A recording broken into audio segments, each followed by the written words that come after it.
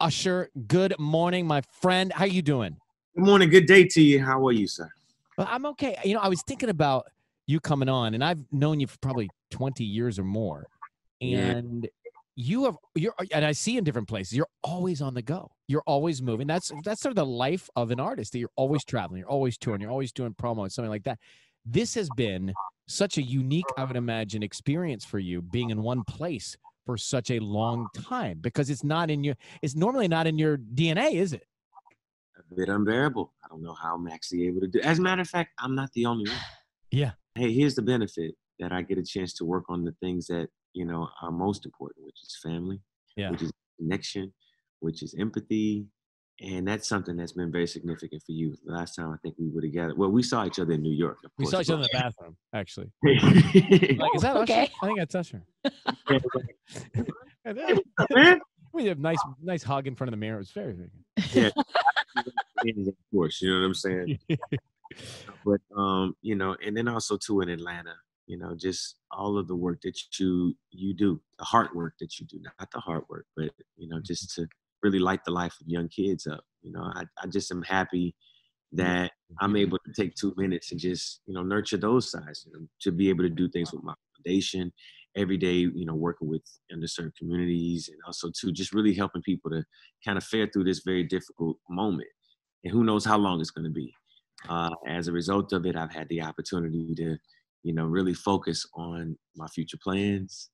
I know you heard about my residency, and By the way, I heard about a lot of your future plans. yeah. I mean, there seems to be, we're getting to residency in a second, but, Katy Perry had a baby. And Usher has announced he's he's not, but Usher and his girlfriend have announced they're having a baby. So congratulations, my friend. Yay.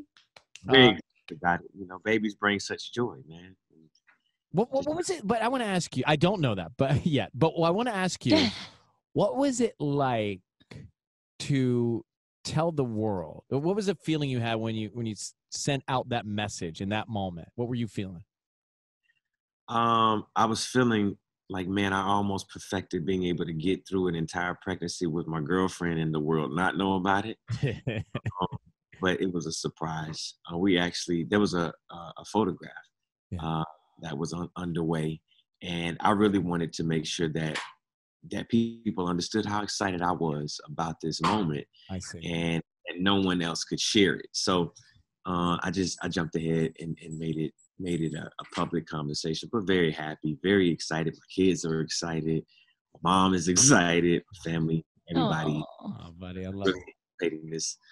This young arrival. I'm happy for you. I'm happy for you and your girlfriend. Let's come back and talk about the other big news here. That is his residency. I mean, that's going to be fantastic. So, my friend, you will be performing at our iHeartRadio Music Festival. That's exciting. I'm going to host that virtually. Yeah, man, it's going to be amazing.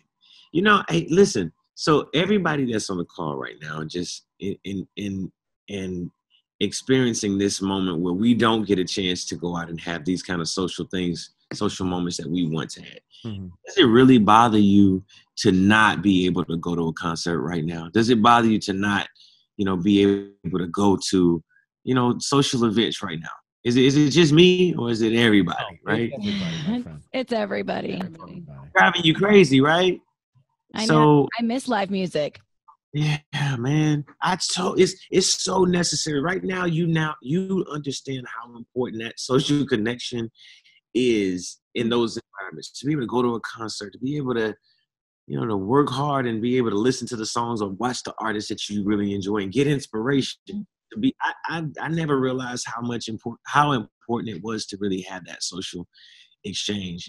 So, in lieu of all of it, I was like, you know what? Here's an opportunity for me to be able to bring all of my fans together next year in a time where I think hopefully things will 100% get back to normal, or as normal as it can be, and really celebrate my entire career. You know what I'm saying? All of the things that I've done, the places that I've gone, the music that I've released, and do it in a very, immersive way. A lot. So we're talking. This is the Residency. So there's going to be a narrative that walks us through the chapters of you, right? Yeah, and sometimes it will be, I can't say exactly all of what it is. I'm still working it out. But the point is, it's now time to really focus on what will happen next July And I'm really excited about it, man. Just listening back to some of the songs, I forgot how many damn songs I've Actually, we should Google that and see what the number. What comes up on Google when you look it up? Yeah, A lot of songs, dude. The story in between, the B-sides, the features, having, the surprise moments that can only happen in Las Vegas. Yeah. Mm-hmm. There's a new song, or the latest one that we've got here is "I Cry," and well, do you?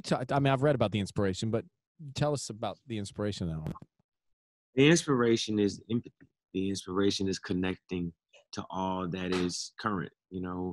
Rather you feel this pain or you feel this connection or this anger, all of these things, they lead to an emotion that's important. And it is to cry. It is to cry out when you want to express yourself, and that was really the basis of what the song was about. I actually wrote it a long time ago with Nazari, who wrote So Rude, and also to Jeff Getty. We put together this song, and I was like, man, I just feel like this one it's necessary for people right now, because a lot of people are.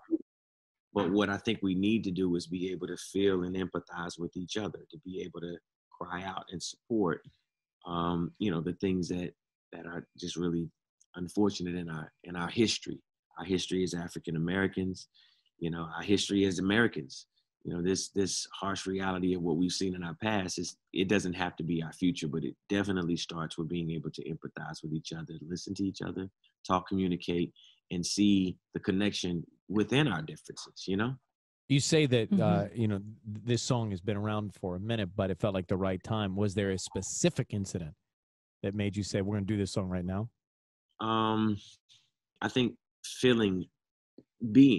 starting with not necessarily being raised with my father, so for the young man who loses a father and does not have that connection, do you know what that feels like? I mean, to not have had one, my father wasn't a part of my life, but to know that my father's life could have been taken, and the pain that entire family has to live with, the reality that they have to live with that right there, to me, was important. And it was very important to teach my kids that it's okay to cry.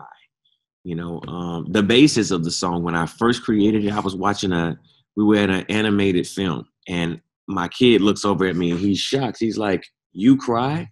I'm like, "Yeah, I cry."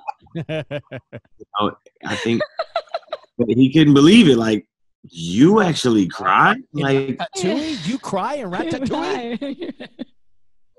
I think it was like How to Train a Dragon, and it was like it was. But I was like, man, you understand when you get Listen, you got to check it out. Usher 2021. We're talking about this Vegas residency, the Coliseum, Caesar's Palace. Tickets go on sale today at 10 a.m.